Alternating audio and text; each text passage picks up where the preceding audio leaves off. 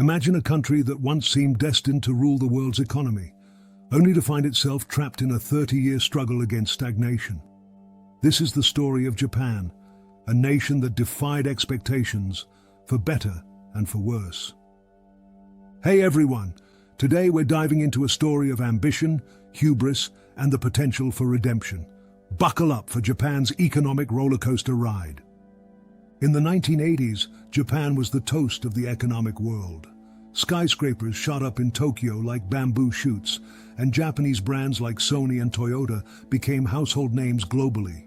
The Nikkei stock index soared to nearly 39,000 points in 1989. Japanese companies were buying up iconic properties worldwide, including Rockefeller Center in New York.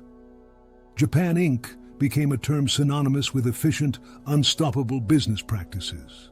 An economist at the time might have told you, Japan will overtake the US as the world's largest economy. It's unstoppable.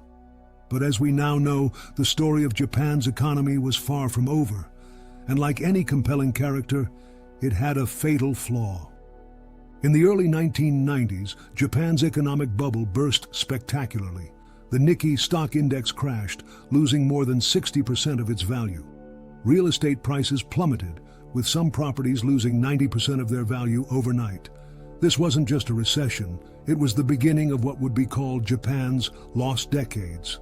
Meet Hiroshi, a typical Japanese salaryman. Like his country's economy, Hiroshi's life has been stuck in a rut. He works long hours, but his salary hasn't increased in years. His story is Japan's story. So what went wrong? Japan's economy, like Hiroshi, faced several challenges. 1. Technological complacency. Once a tech leader, Japan rested on its laurels while rivals innovated. Companies like Apple and Microsoft now dwarf entire sectors of the Japanese economy. 2. Demographic crisis. With one of the world's lowest birth rates and a rapidly aging population, Japan's workforce is shrinking. By 2050, it's estimated that over 40% of Japan's population will be over 65. 3. Resistance to change. Japan's corporate culture, like Hiroshi's company, often resists new ideas and outside influence. This has made it difficult for Japan to adapt to the rapidly changing global economy. 4. Deflation spiral. Japan has battled deflation for years. When prices are expected to fall, consumers delay purchases, creating a vicious cycle of decreased demand and economic contraction. 5. Zombie companies. Low interest rates have kept unprofitable companies afloat, tying up capital and talent that could be used more productively elsewhere. The Japanese government hasn't been sitting idle. They've tried various strategies to jumpstart the economy. 1. Quantitative easing. The Bank of Japan has purchased massive amounts of government bonds and other assets to increase the money supply. 2. Negative interest rates. In a desperate move to encourage spending and investment, Japan introduced negative interest rates in 2016. 3. Structural reforms. Prime Minister Shinzo Abe's Abenomics aimed to boost competitiveness and growth through various policy changes. Despite these efforts, Japan's economy has stubbornly refused to return to its former glory.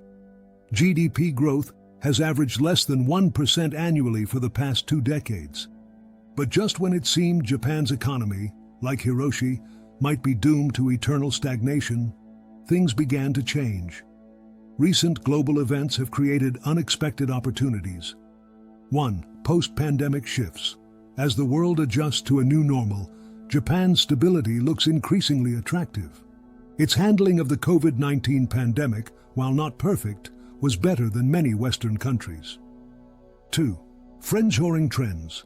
Companies are looking for reliable partners in stable democracies, and Japan's reputation for quality is a major asset. This could lead to increased foreign investment and partnerships. 3. Technological renaissance. Some Japanese firms are finally embracing innovation, particularly in fields like robotics and artificial intelligence. This could spark a tech revival and boost productivity.